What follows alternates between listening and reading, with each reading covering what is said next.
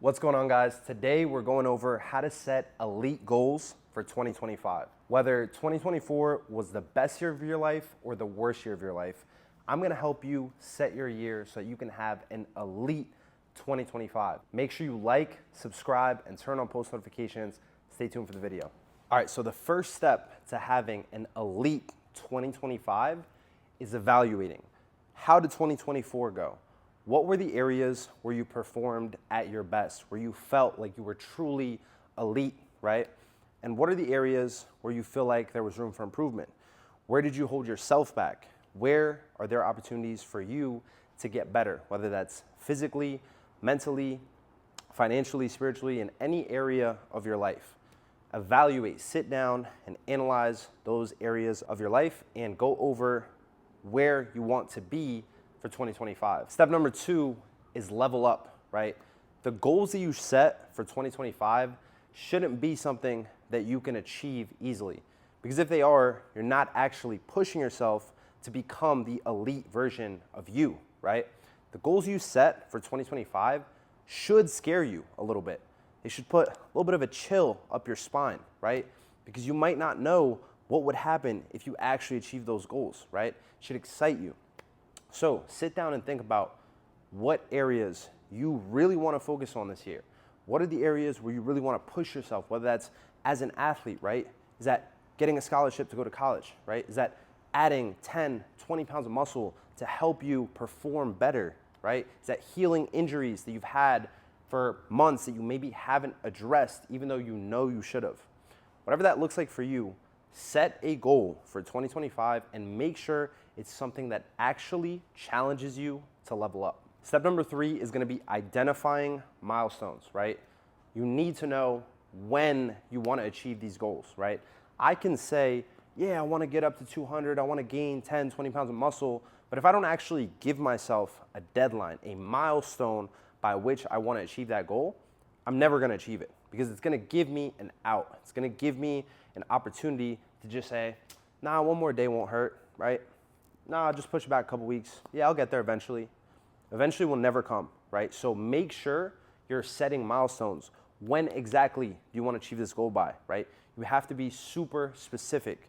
And then on top of that, you have to have a consequence. What happens if you don't achieve that goal, right?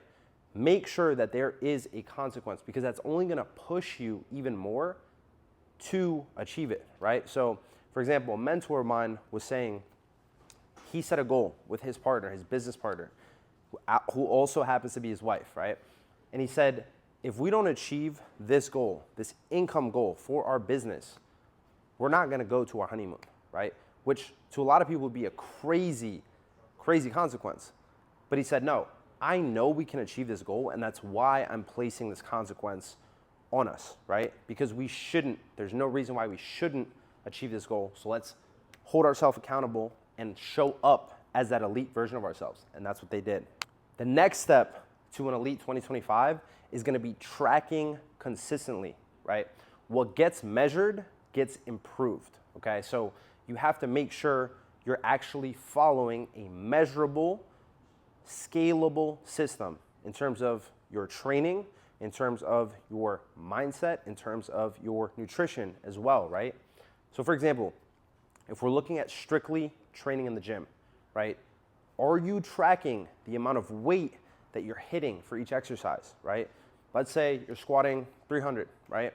And let's say your level up goal is to get to 315 or 350, right? Make sure every single session that you're in the gym, you're tracking not only the weight, but also how you felt moving that weight, right? Because there's gonna be days where the weight feels a little bit heavier. There's gonna be days where you come in and you're rolling, and that weight feels light and it's just flying up, okay? So make sure that you're tracking not only the weight, but also how you're feeling, right? How your body responds to the training that you're putting in.